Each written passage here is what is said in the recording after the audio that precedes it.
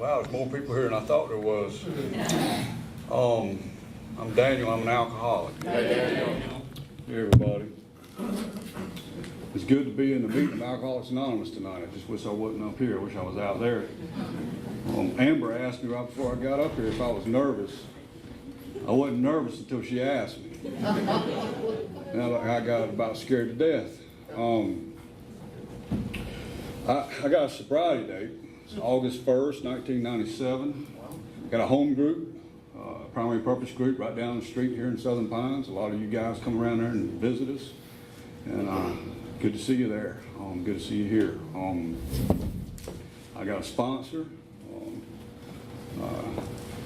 He spoke at my home group not too long ago. He's kind of a short, feisty guy. He's about this tall. But he's got a lot of mouth. But he's been good for me. I had to change sponsors fairly recently because I had to retire my sponsor because he was just unable to do it anymore. He's in a home now, but I got to visit him not too long ago, and he seems happy. You know, he's not the same guy that he used to be, but he doesn't seem depressed or anything like that, considering his condition, and so it was good to see him be happy and be able to still enjoy life. And I was able to enjoy my time with him and his wife. But I'm supposed to tell you in a general way what I was like, what happened, and what I'm like today, and I'm going to try to do that. I've had a lot of changes in my life over the last couple of years, and I told you my sobriety date, so you know how long I've been sober. But it seems to me that I've experienced more spiritual growth in this program in the last 2 years than I had in the previous 18.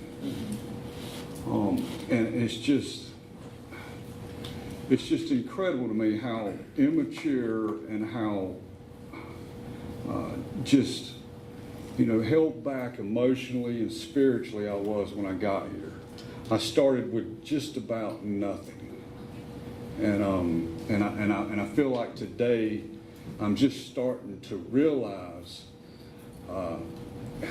just how far behind I was, and just starting to realize just how much I need to grow, and it's been an eye-opening experience, especially in the last couple of years. But I'll get to that. I want to start out with my drinking history. I didn't drink very long. I got sober at 23 years old, and I took my first drink at 15.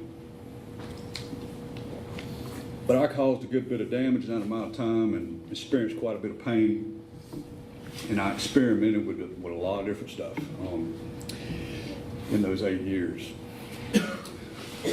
I grew up in Harnett County. That's a county that borders. It's not too far from here, and it's about 35, 40 miles from here is where I grew up at in a place called Anderson Creek. And that was a real small rural neighborhood. Still is now. It's grown quite a bit since I grew up there, but it's still very much rural, and it's not a place you would go to do something. I mean, anybody that lived there, unless you wanted to hunt or fish. Now, if you wanted to hunt or fish, that's a place you could go. Or if you wanted to prime tobacco, that was a good place to go do that.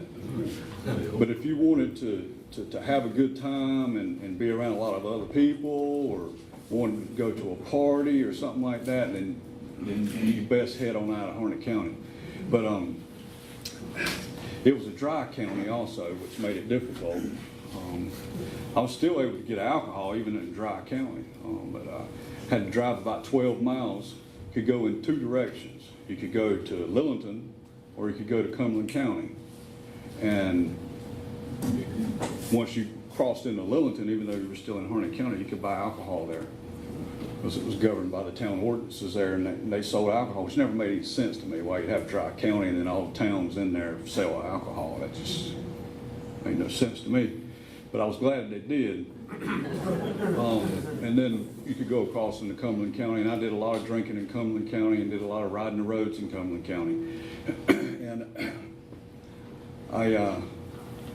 The amazing thing is I've been in Alcoholics Anonymous a while, and I keep thinking, you know, some of these people I used to drink with or party with, I'm going to see them one day. But I just never have. I've never seen them in Alcoholics Anonymous. And some of them definitely need to be here, you know. But I lost touch with those people somewhere along the way, and I don't know where they're at today. I took my first drink at 15 years old. And up until that point, I had a lot of trouble with just life in general. I had a lot of trouble with going to school. I had a lot of trouble with going to church. I had a lot of trouble with being around my family. I just didn't feel like that I belonged there, wherever it was I was at. I had a lot of issue with my own immediate family. I couldn't get along too well with my younger sister, and I couldn't get along with my father. And it took grandchildren. It took for me to have a child and my father to have a grandchild for me and him to be able to get along. I mean, and sobriety. And so, so we were always kind of at odds with one another as I was growing up. I always had some sort of conflict going on with my father. He stayed out of town a lot. He worked a lot out of town. And my mom would look after me and my sister while he was gone. And he worked in construction, so he spent a lot of time on the road. And then when he got back, like on Fridays, everything would have built up over those 4 days or so. And when he got back, I'd have 2 or 3 whippings scheduled. And so that's how it was every week. And my mom, she didn't use, she would use like a little switch, and she was kind of rough. I mean, she would, you know, pull the pants leg up and with that old switch, and she'd go to town, and that thing come around and hit you on the front too. I tell you what, that's a little bit tender on the front side. And but that's the way I grew up with punishment like that, and it wasn't out of the ordinary. I mean, I didn't have any, you know, issues where they really hurt me or anything like that. It was just, you know, routine spankings. But I got a lot of them I deserved, and a lot of them I didn't. And I got in a lot of trouble because of other stuff people did. And I was the oldest cousin, except for my cousin that lived down the hill, and she was older than the rest of us by. She was about 3 or 4 years older than me. And she'd always have these harebrained ideas, and I'd always get in trouble for them. I remember one time in particular, we was in her yard, and there was like a little hole in the yard, and she was talking about how that's a snake hole. And so we're like, we're going to stick some sticks in that snake hole and see if we can get a snake come up out of there. And so we're poking sticks in that snake hole, and then all of a sudden, something come up out of that hole that wasn't a snake. And next thing I know, I got stung twice on the ear, and it was a yellow jacket nest. And those things hurt.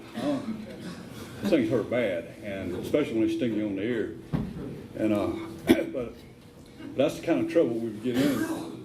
And we used to stand, we laugh about it now, but she would stand in her yard right at the property line, and I'd stand in my yard right near the property line, and we would throw rocks at one another.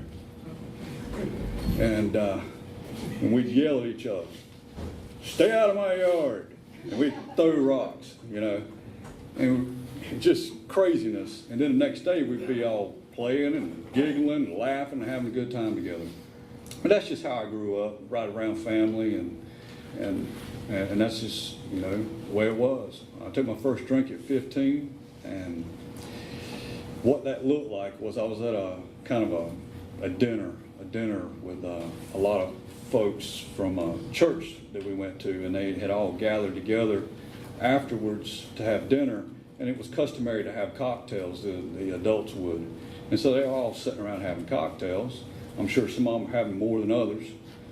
But they were having cocktails, and I was sitting in the living room area. It was kind of a big house with a lot of different areas to sit. So I was sitting down, doing what I typically did, which was kind of watch other people have a good time. Or they appeared to be having a good time, and I was just kind of watching. I wasn't participating, I was just kind of watching them. I was kind of a people watcher because I never really fit in with others. And so I'd sit there and just kind of watch them, and that's what I was doing. And one of the older boys came over to me. He was about a year older than me, and he came over to me and he said, "I want to show you something." And so I followed him into the kitchen, and we went into the utility room where they have the washer and dryer, and in there was assortment of liquor bottles set across that washer and dryer, just about anything you can imagine. I'd never seen so much liquor in one place. And so we walked in there, he said, "You want to make a drink?" And I'm like, "Yeah." I had never drank before except for a couple of sips of beer, maybe a half a beer or something like that. My father drank on occasion, and I might have sipped beer with him, that kind of thing, but never got the effect from it. But I went back and got me a cup, and I don't know if you remember these cups or not, but they had like I think it was from Hardee's, and it was plastic, and it had like a moose on the front of it. It was like a moose head on the front of it. And the good thing about that cup was it held 32 ounces. And so I took that cup in there and just went to putting all kinds of liquor in it. And I was mixing the whites and the browns and all that. I didn't know what I was doing. But I knew enough to know to pour something in it to kind of, take the edge off. And so I took it back and put some kind of cola in it and went and sat down where I was before. And I commenced to start drinking that. And shortly later, something came over me, the most wonderful feeling I'd ever had in my life. And it was just absolutely, from the beginning, it was absolute magic. The big book talks about the sense of ease and comfort that comes with taking a few drinks. That sense of ease and comfort was extremely powerful the very first time I drank. And I got that effect, I got a strong effect from that. And it just totally put me at ease. It changed the way I acted. It totally changed the way I acted.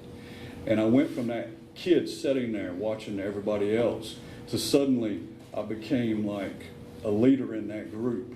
There was like other kids there, and all of a sudden I'm jumping up and encouraging them to do stuff. And next thing I know, I've organized a game of freeze tag. I don't know if anybody's ever played freeze tag before, but that's a fun game, especially when you go girls against the boys. And so we had a game of freeze tag going, and I had organized that. And we just had a blast. And I remember after that, the night it was time to go home, and at that time I had my permit, and my father always let me drive. It never failed, day or night, I always drove. And this night, he said, "Son, just get in the back seat." And so I got in the back seat, and he never said anything about drinking. He never mentioned anything about it. But I'm convinced that he knew I had been drinking, but he never once said anything about that. And so I just went and sat in the back seat and enjoyed my ride home, and thinking to myself, man, I got to do this again. And the way it kind of worked for me was I didn't have alcohol in the house typically, and if it was alcohol in the house, it would be like a half a pint, something like that. And so what I ended up doing was I found other things other than alcohol, and one of them was smoking cigarettes. I started smoking cigarettes then, and I found that even smoking cigarettes changed the way I felt, and I got something from that. I was smoking cigarettes.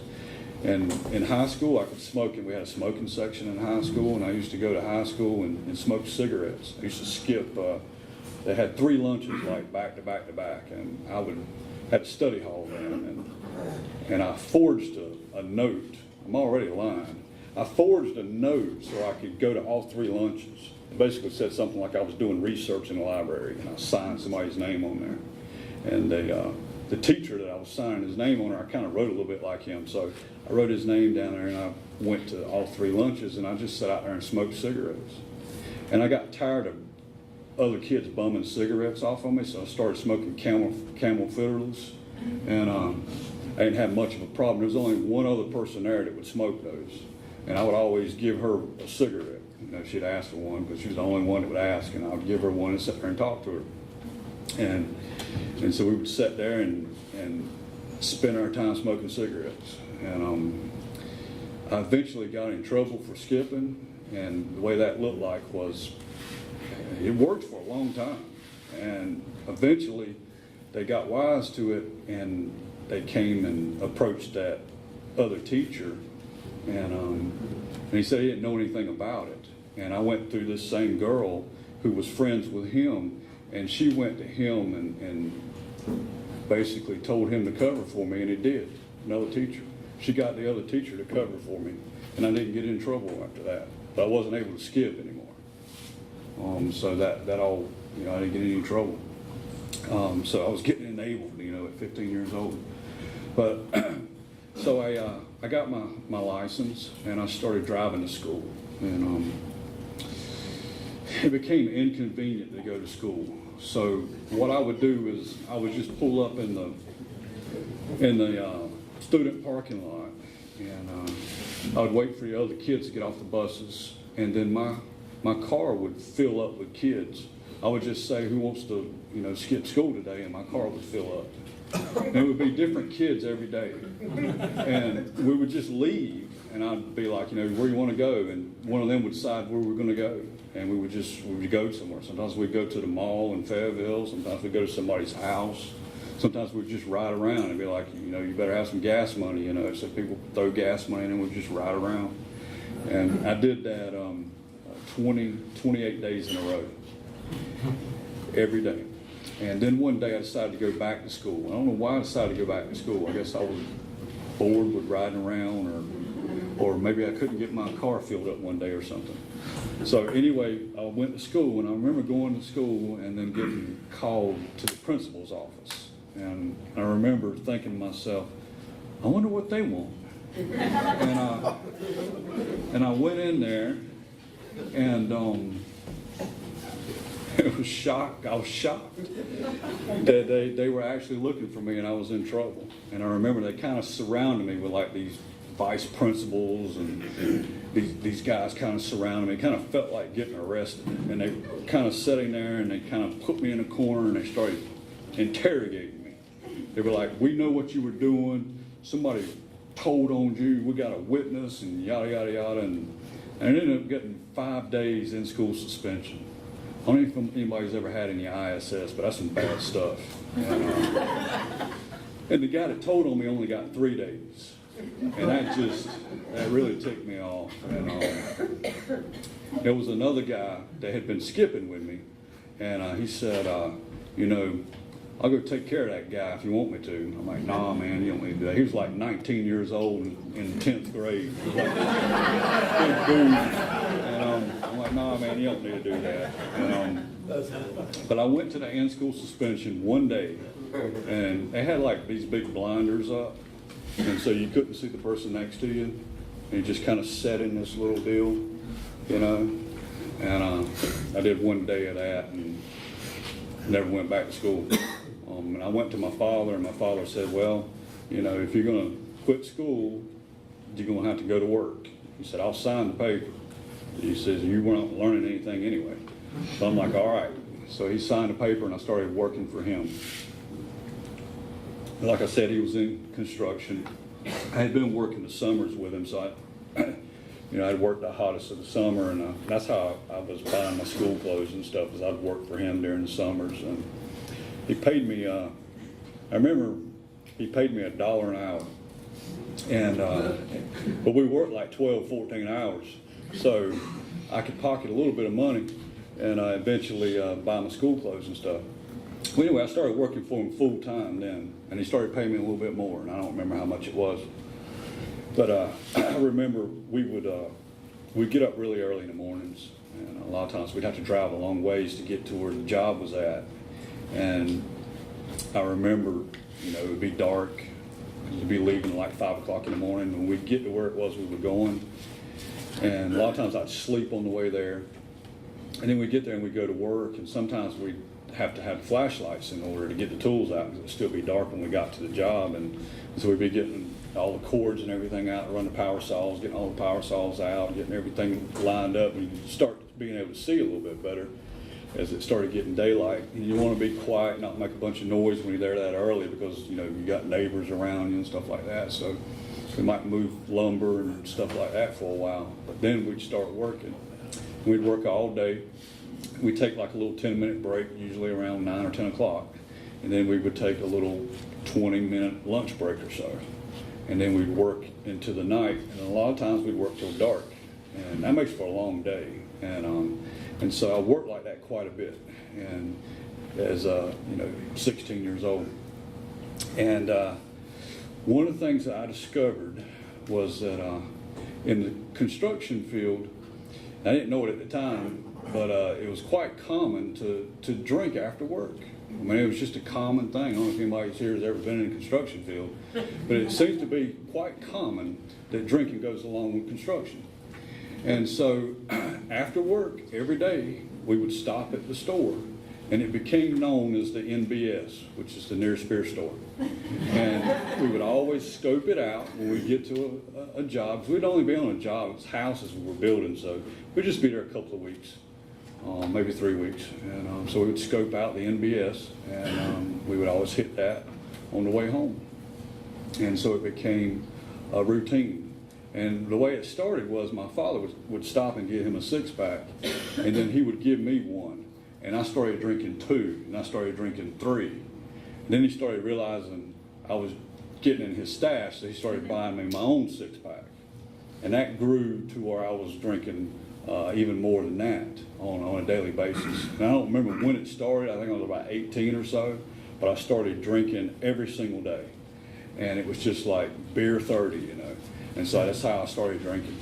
And then on weekends, I would go to parties, and I was still young, so I was still interacting with these high school students, and I would go to all the senior parties.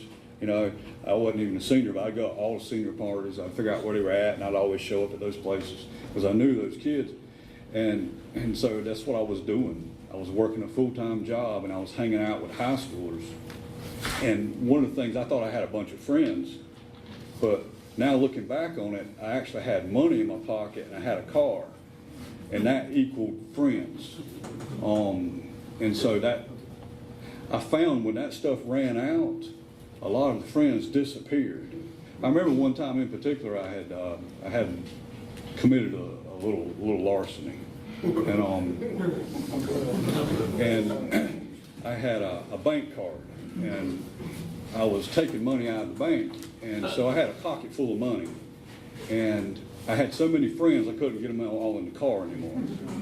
And but I started buying tattoos for friends, and you know, things like that. Put like a $1,000 stereo, probably about $500 stereo in my $200 car, and just stuff like that. Just totally irresponsible decisions. And I remember the money ran out, and I went to the bank and I was trying to get money out, and nothing was coming out.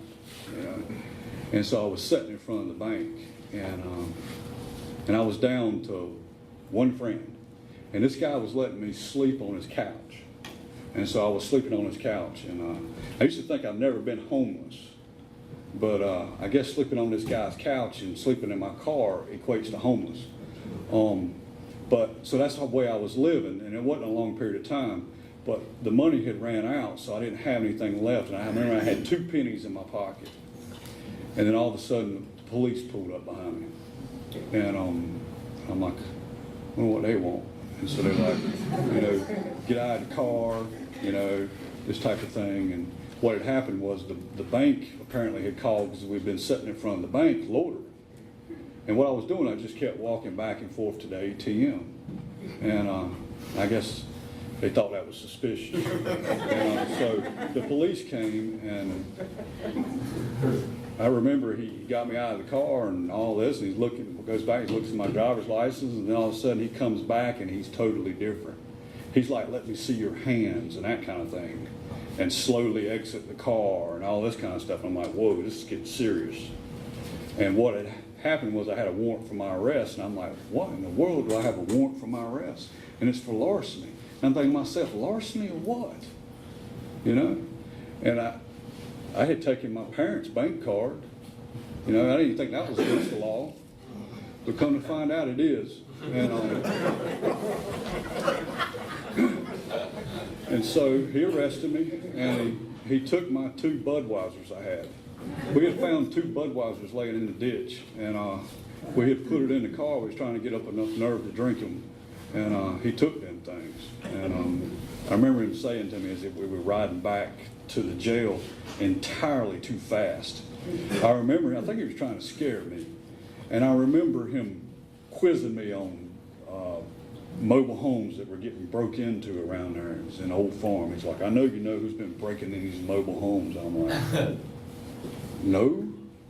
And he's like, don't play dumb with me. He said, you see these 2 beers? I'm gonna give these 2 beers to the magistrate or whatever it was. And I'm like, and so he takes me off to jail. And I remember I had to go into the jail. And I remember my court date come, and I get up there in front of the before I get up in the judge, I remember they shackled me to this great big boy. I mean, he was like ginormous. And I was shackled to him, and I'm like down here, you know. And I'm thinking to myself, man, this dude's got to be a mass murderer or something. And they shackled me to him. And I'm like, man, he's going to run. I know he's going to like gnaw my arm off or something. And I had to walk. It was like wooden floors like this in the courthouse, and I remember I had to walk through there, and it was like ching, ching. They walked us right up the aisle to the front up here, and then there was like holding cells. They walked us right up the front there, and everybody's like turning around and looking at us. And I remember walking up there, and I saw my mom and my dad there. I remember my dad looking behind me with disgust on his face, and I remember my mom looking at me, and she was just crying. And I walked up there, and eventually they set me down in there, and my court case came up, and I pleaded guilty. I remember that. And I remember the judge sentenced me. And right after he sentenced me, my dad stood up. Right after the judge sentenced me, Dad stood up. And he said, can't you give him any more time?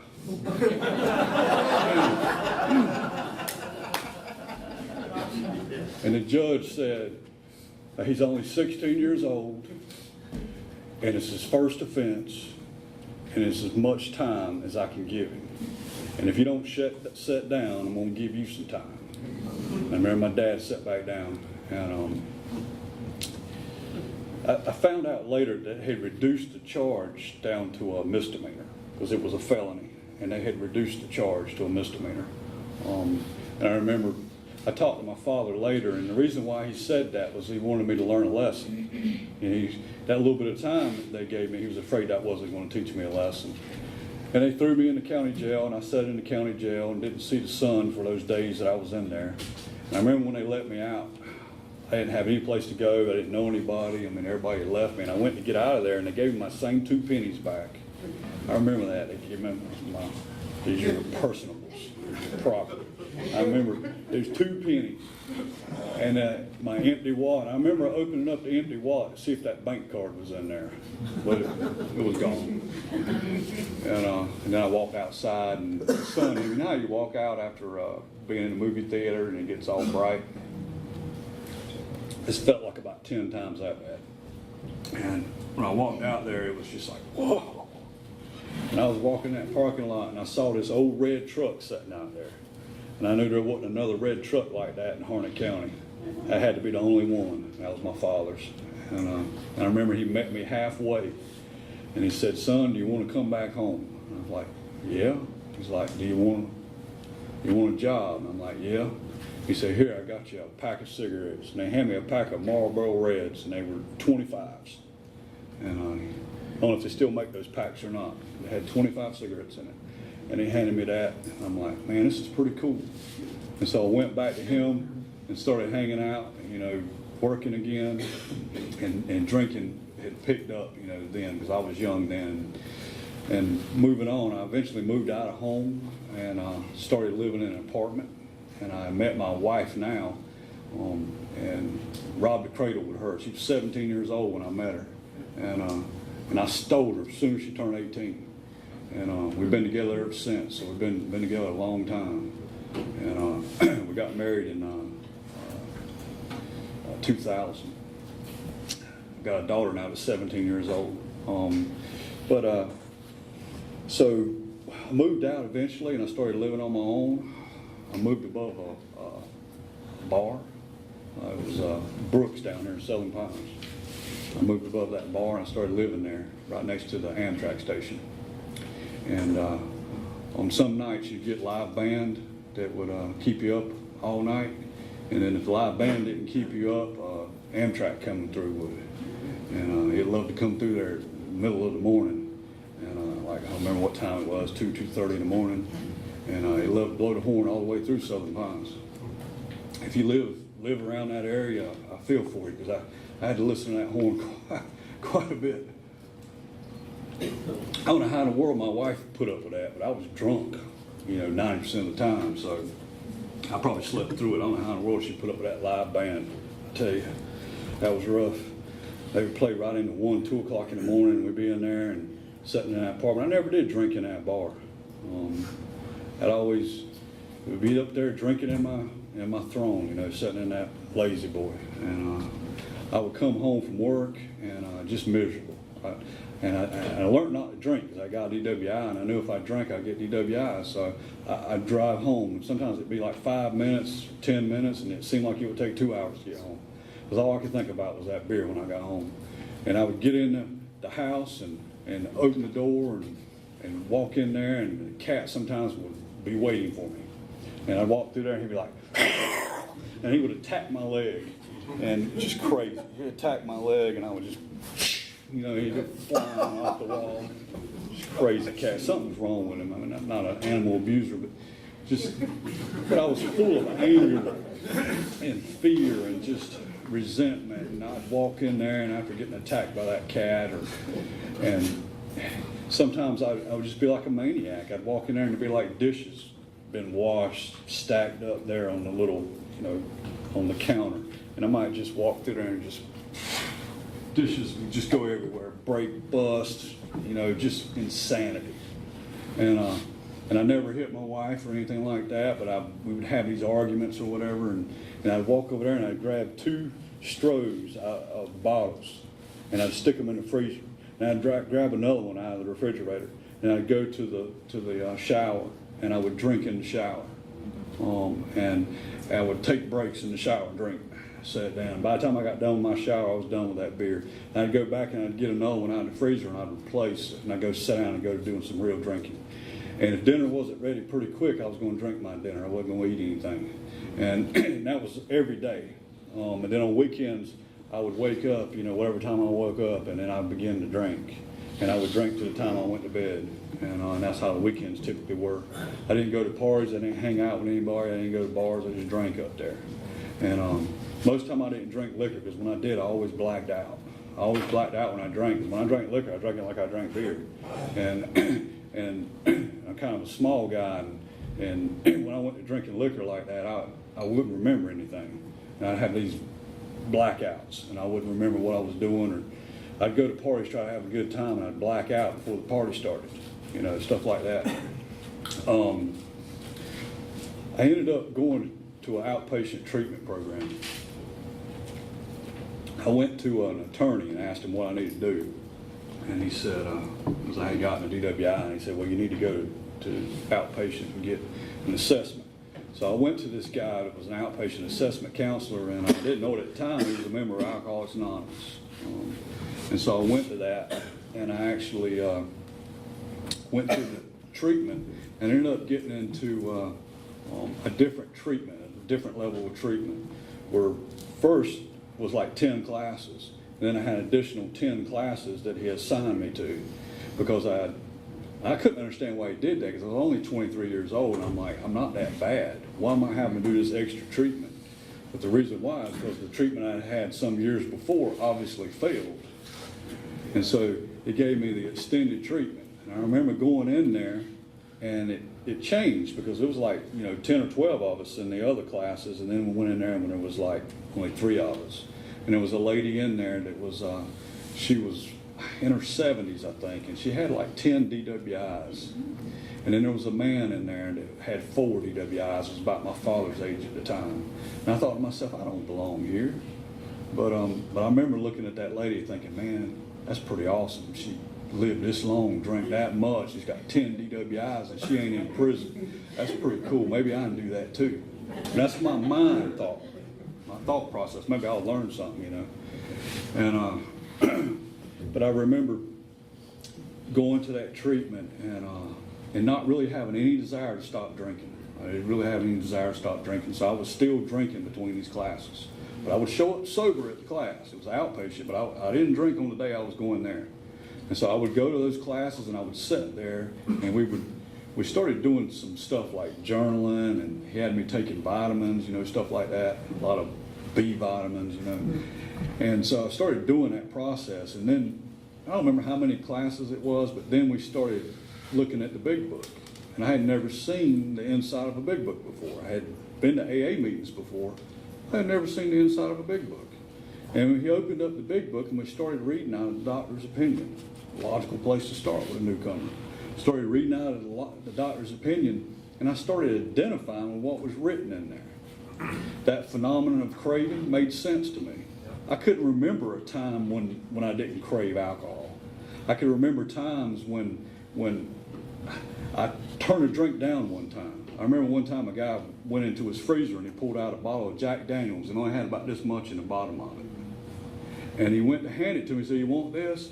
And I knew even at that age, if I took that drink, that it was going to set off a craving. And I didn't want to go through that. And because I knew there was nothing coming after that. And so I turned down a drink, knowing what it would do to me. I remember another time when 3 guys were standing around and we had about 3/4 of a fifth of night train. And I remember thinking to myself, this is not enough for the 3 of us. And so I started taking bets. I said, I can drink all this at one time. And the other 2 guys were like, no way, I can do it. I guarantee you I can do it. Oh, I want to see this. And so I did it. Not even taking a breath. Go, go, go, go, go, go, go. 3/4 of a fifth of night train. And, but I knew that phenomenon of craving. And so that made good sense to me. The other thing that made sense to me was the problems.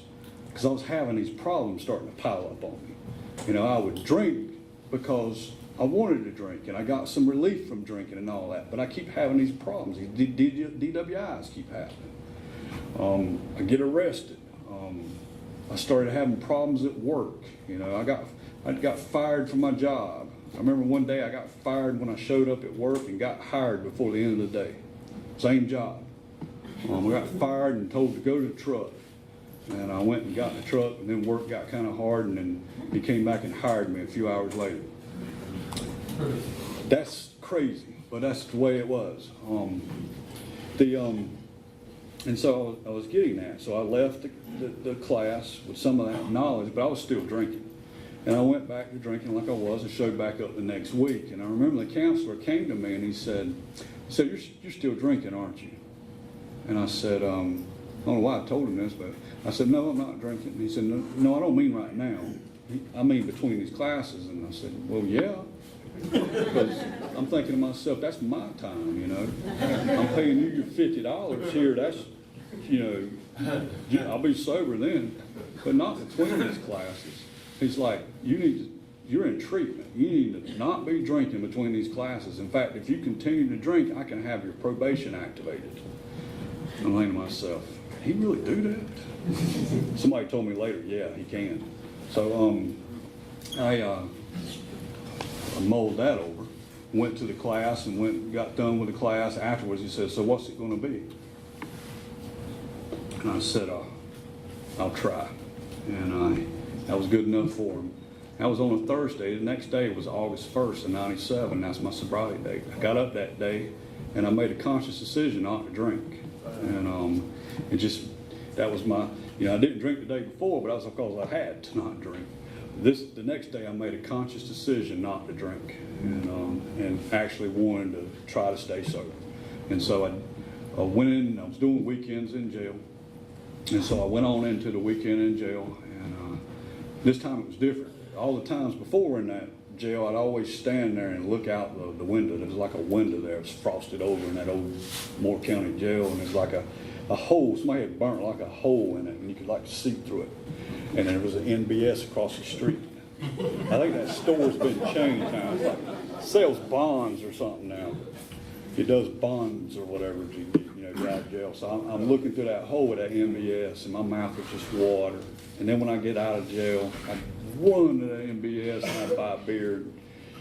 After eating bologna sandwiches all weekend, the first thing I'd do is go get me a beer. But this time it was different. So I wasn't looking out the window and I wasn't trying to think about drinking.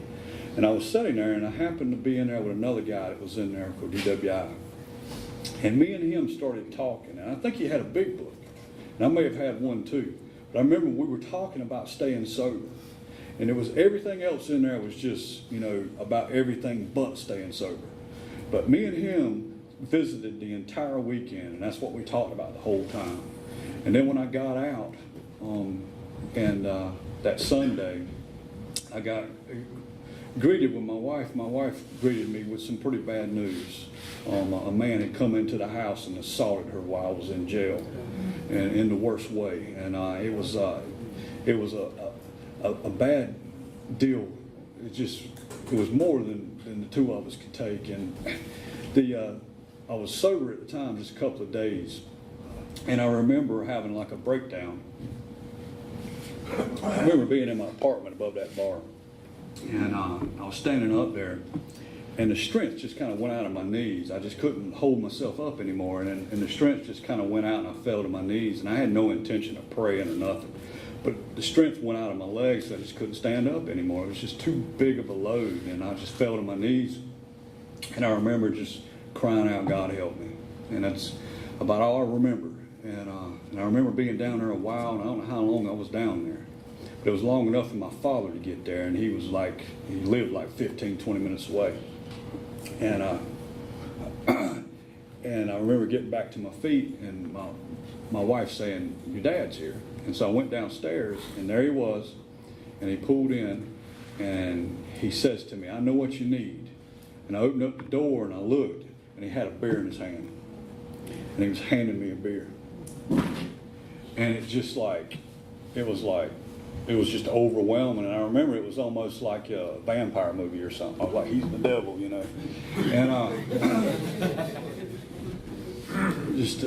just crazy. I was like, "Man, I don't need that. Get away from me."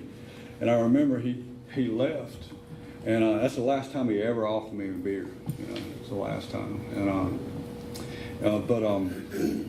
so I went back and I got into the AA program, and how that happened was I went to the counselor, and he gave me a meeting list.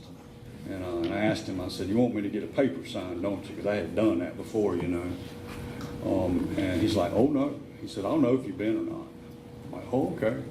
And he circled the meetings he wanted me to go to.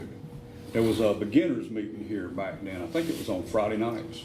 And he circled that meeting. And then there was a meeting at Primary Purpose that had just started, because it started like in June of that same year, and this was August. And he circled that meeting. And then there was another meeting he circled. And so I don't remember which one that was. And so I started going to those meetings. And I picked up a white chip and don't remember picking up a white chip. It was so foggy. I know I did because I still got it. But I don't remember where I picked it up at. Could have picked it up here. I could have picked it up Primary Purpose. I don't know. But I kept coming. And I remember the first meeting I walked into, there was an old guy sitting in there. And it was like a circle of chairs. And I remember he motioned for me to come over. And I was just so scared. I didn't know what to do. And he motioned for me to come over there and sit down.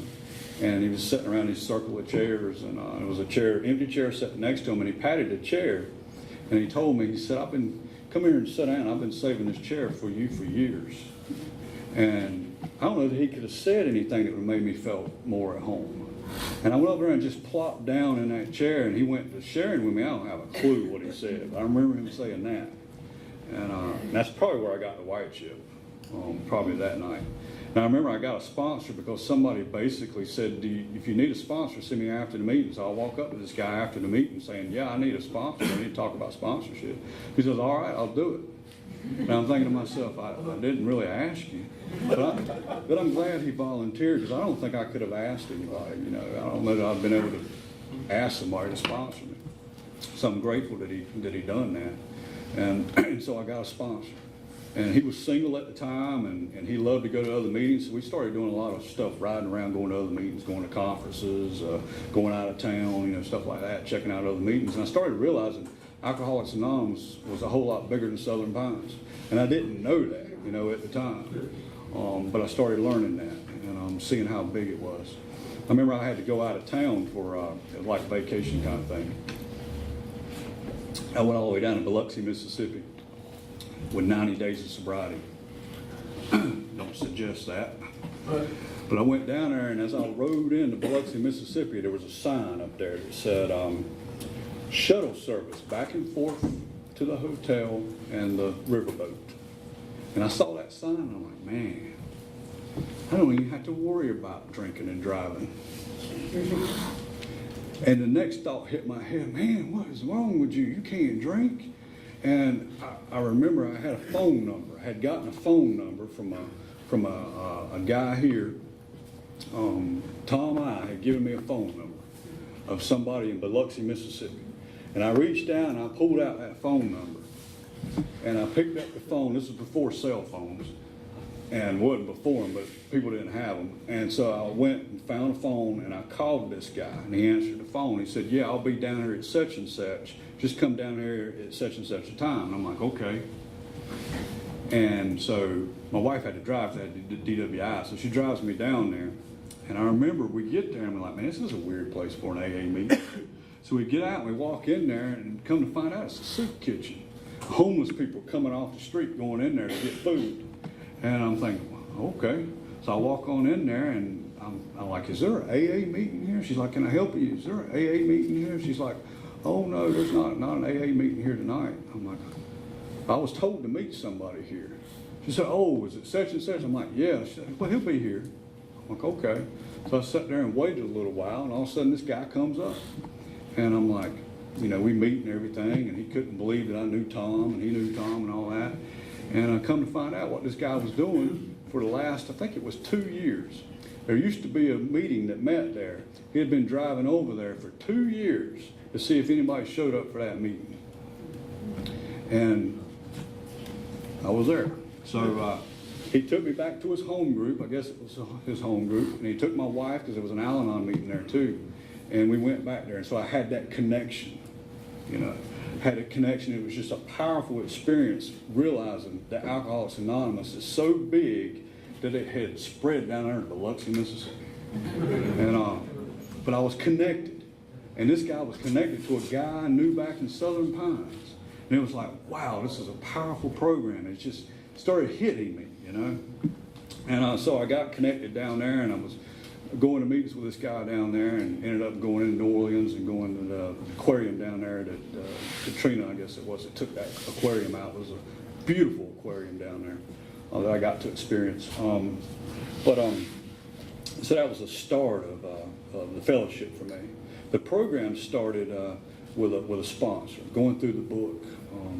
And I've gone through the book in a group environment where it was actually a study. I mean, where you sit down and every single week the same group is going through the book. I've been able to do that, experience it at a really powerful level when you got like 15 people every single week going through the book together, sharing experiences together.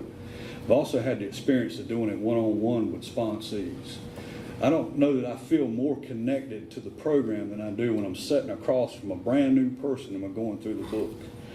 What it does for me is it allows me to experience the steps in my own life again as I help another new man go through the book. The other thing I've been able to experience is just gifts from this program. Just an astronomical number of gifts. I got a job I'm totally unqualified for. I'm overpaid. I hope nobody hears that. It's employment. I am overpaid.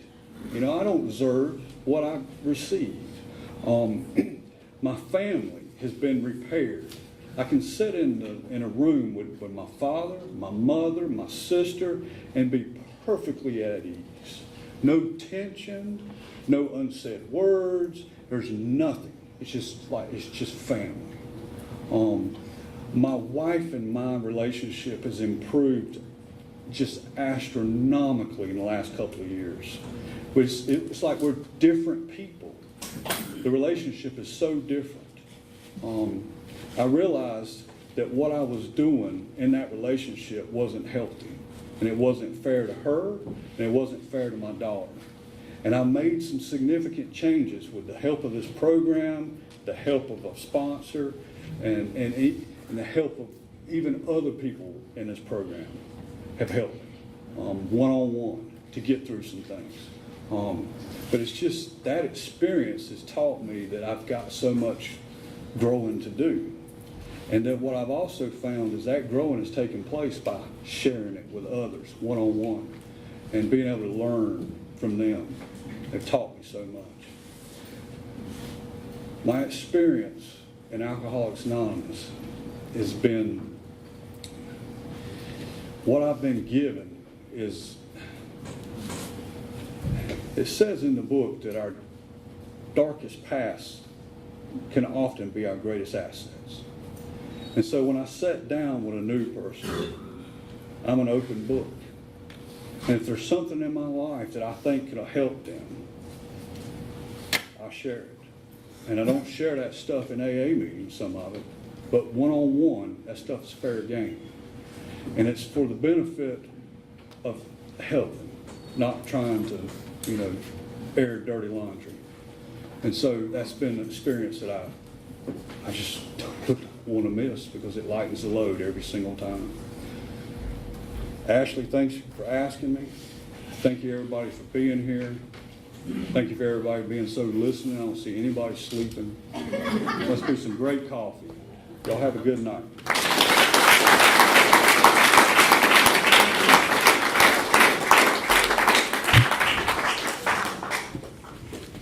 Thank you, Daniel. Thank you, Daniel. Thank you, Daniel.